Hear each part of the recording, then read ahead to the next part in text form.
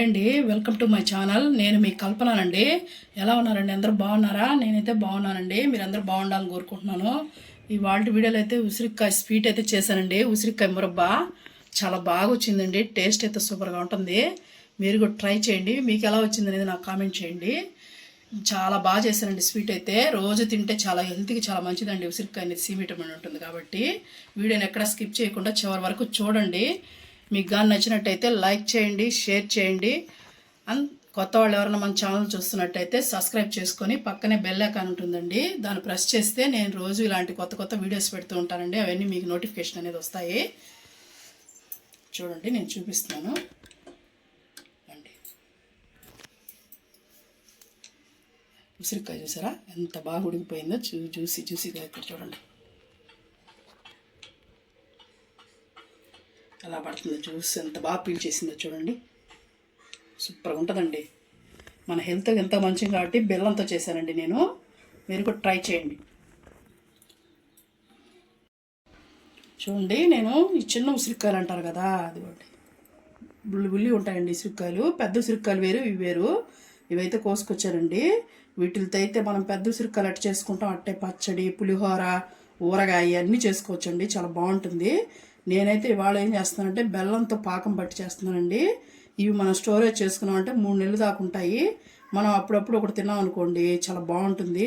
మనకి హెల్త్కి ఎంతో మంచిది కదండి. ఉసిరికాయ సి విటమిన్ ఉంటుంది. ఎన్నో ఆరోగ్యపరమైన విషయాలు ఉన్నాయండి. అందుకని మనం ఇది దొరికితే మాత్రం వృధా చేసుకోవద్దు. ఇలాంటి ఒకవేళ మనం పచ్చళ్ళు తిందామనుకున్నా అట్లా స్వీట్ రూపంలో రోజుకి ఒకటి తిన్నా బాగుంటుందండి. ఇదైతే ఈరోజు రెసిపీ చూపిస్తున్నాను మీకు. చూడండి, నేనైతే స్టవ్ అంటించి ఒక బాండ్ అయితే పెట్టుకున్నానండి. దాంట్లో కొంచెం నెయ్యి వేస్తున్నాము.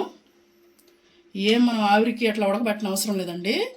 అండి ఒక 1/2 స్పూన్ వేసాను అంతే నెయ్యి, ఎక్కువ అవసరం లేదు. మనం వేయించుకోవడానికి సరిపడా ఇవ్వండి. ఈ ఉసిరికాయలన్నీ దాంట్లో వేసేస్తున్నాను.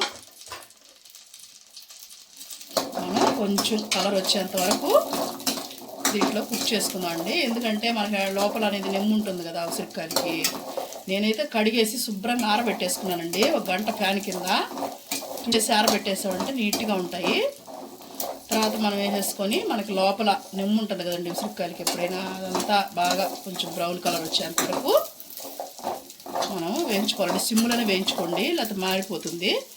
చూసారు కదా, వాటర్ అనేది అట్ట చెట్టుపట్ట అంటుంది చూడండి. ఎందుకంటే ఉసిరికాయలో వాటర్ ఉంటుంది కదండి, అందుకని. దీంట్లోనే మనం నెయ్యిలోనే ఒక 1/2 స్పూన్ నెయ్యి, ఎక్కువ అవసరం లేదండి. హ్యాపీగా ఏం చేసుకోవచ్చు. మంచి కలర్ వచ్చేంత వరకు చూపిస్తాను ఏ కలర్ రావాలనేది. ఉసిరికాయలు మాత్రం ఎన్న దొరికితే అవాయిడ్ చేయబాకండి. అసలు మేము చిన్నపిల్లప్పుడైతే మా అమ్మ ఇంట్లో ఉసిరికాయ ఉండిందండి. మేము ఉండే ఇంట్లో చాలా బాగా వస్తుందండి. మేమైతే కోసుకొని పచ్చళ్ళు అసలు ఉప్పు కారం వేసుకుని వేసేవాళ్ళం అండి. ఎట్టైనా చిన్నపిల్లకాయలు అప్పుడు మనకి ఎంత పులుపు అనేది అనిపిస్తుంది, తినేస్తాము. ఇప్పుడు ఏమంటే పులుపు తినలేక పొళ్ళు జిమ్మంటున్నాయని ఇట్లా స్వీట్ రూపంలోనో ఏదో ఒక రూపంలో చక్కెరతో కూడా చేసుకోవచ్చు అండి ఇది. కానీ నేను బెల్లం చక్కెరతో ఎందుకులే, ఎవరన్నా షుగర్ ఉన్నవాళ్ళైనా తినొచ్చు కదా అని చెప్పేసి బెల్లంతో అయితే చేస్తున్నాను. సేమ్ ఈ టైప్లో చక్కెరతో కూడా చేసుకోవచ్చు అండి. మీరు తింటారనుకుంటే చక్కెరైనా వేసుకోవచ్చు. నేనైతే బెల్లంతోనే చేసి చూపిస్తున్నాను. మనకి ఎన్నో ఆరోగ్యం అండి ఉసిరికాయలు అనేది. పెద్ద ఉసిరికాయ కూడా చాలా మంచిది. ఉసిరికాయ ఏది దొరికినా సరే మీరు ఈ విధంగా చేసుకొని పెట్టుకున్నారంటే, మనం రోజు ఒకటి పొద్దున్నే తిన్నామంటే చాలా ఎన్నో రకాల వ్యాధులకు చాలా మంచిదండి ఉసిరికాయ. చూడండి, మంచి కలర్ వచ్చేసినాయి కదా. ఇప్పుడైతే నేను ఇవి 200 గ్రాములు తీసుకున్నానండి. సేమ్ 200 గ్రాములు బెల్లం తీసుకున్నాను. డైరెక్ట్గా బెల్లం దాంట్లో వేసేసుకోవచ్చండి. ఇంకా మనం నీళ్ళు ఏం పోయకూడదు. సిమ్లోనే పెట్టేసి బెల్లం బాగా కరగనించాలండి. దీంట్లోనే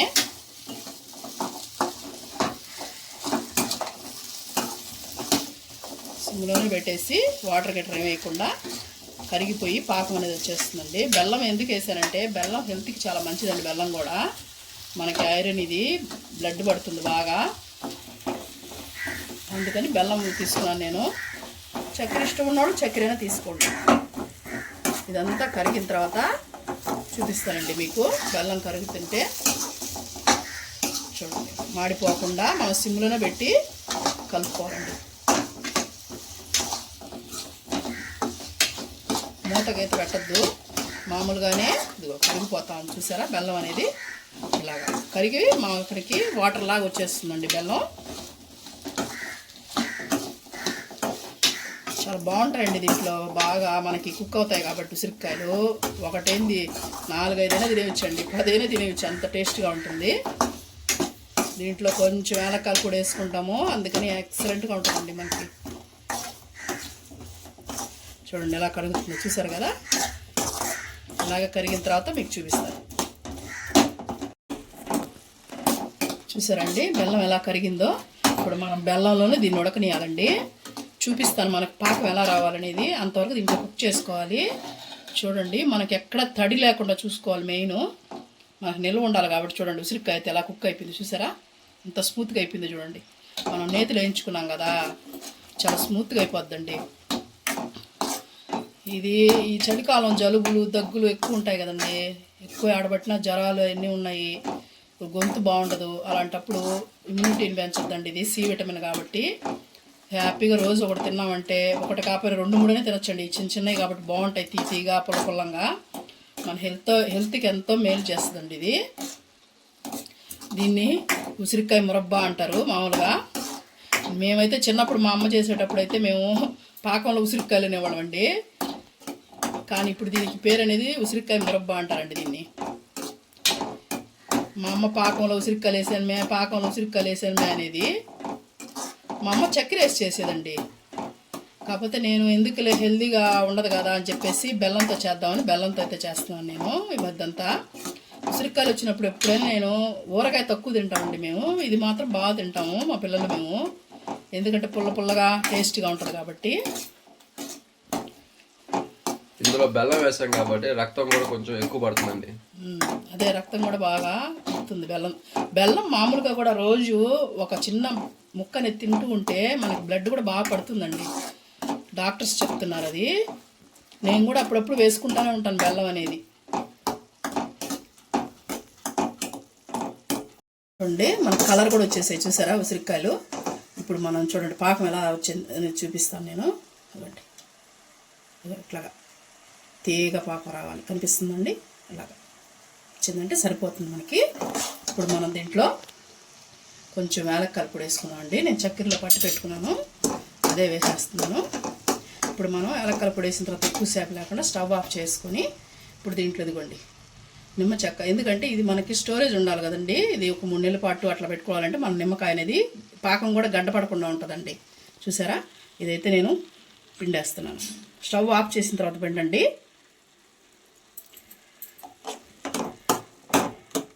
ఒకసారి కలిపేసుకొని మనం 2-3 రోజుల్లో తినే పని అయితే నిమ్మకాయ పిండుకొని అవసరం లేదండి. మనకి కొద్దిగా స్టోరేజ్ ఉండాలి అనుకుంటే మాత్రం 2-3 నెలలు అనేది మనం కంపల్సరీ ఒక దెబ్బ అనేది పిండుకోవాలండి. మీ ఉసిరికాయలను బట్టి ఎక్కువ ఉంటే మీరు ఎక్కువ పిండుకోండి కాయ అనేది.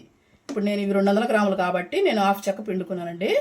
చూసారు కదా పాకం కూడా మనకు గట్టి పడకుండా ఉంటుంది. అందుకోసం ఇది పూర్తిగా చల్లారిన తర్వాత మనం గాజు సీసాలో కానీ లేకపోతే డబ్బాల్లో కానీ బౌల్లో కానీ ఏంటంటే సర్వ్ చేసుకోవచ్చండి, మన ఇష్టం. అది పెట్టేసుకొని మనం ఎక్కడ తడి తగలకుండా మన స్పూన్తో ఎప్పటికప్పుడు జాగ్రత్తగా తీసుకుంటే స్పూన్కి తడి లేకుండా నిల్వ ఉంటుందండి.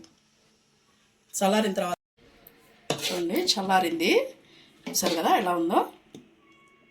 ఇలా వచ్చాను మనం సర్వ్ చేసుకున్నామండి. చూడండి ఎంత బాగున్నాయో, తినడానికి కూడా భలే ఉంటాయండి, చిన్న చిన్న బాల్స్ లాగా.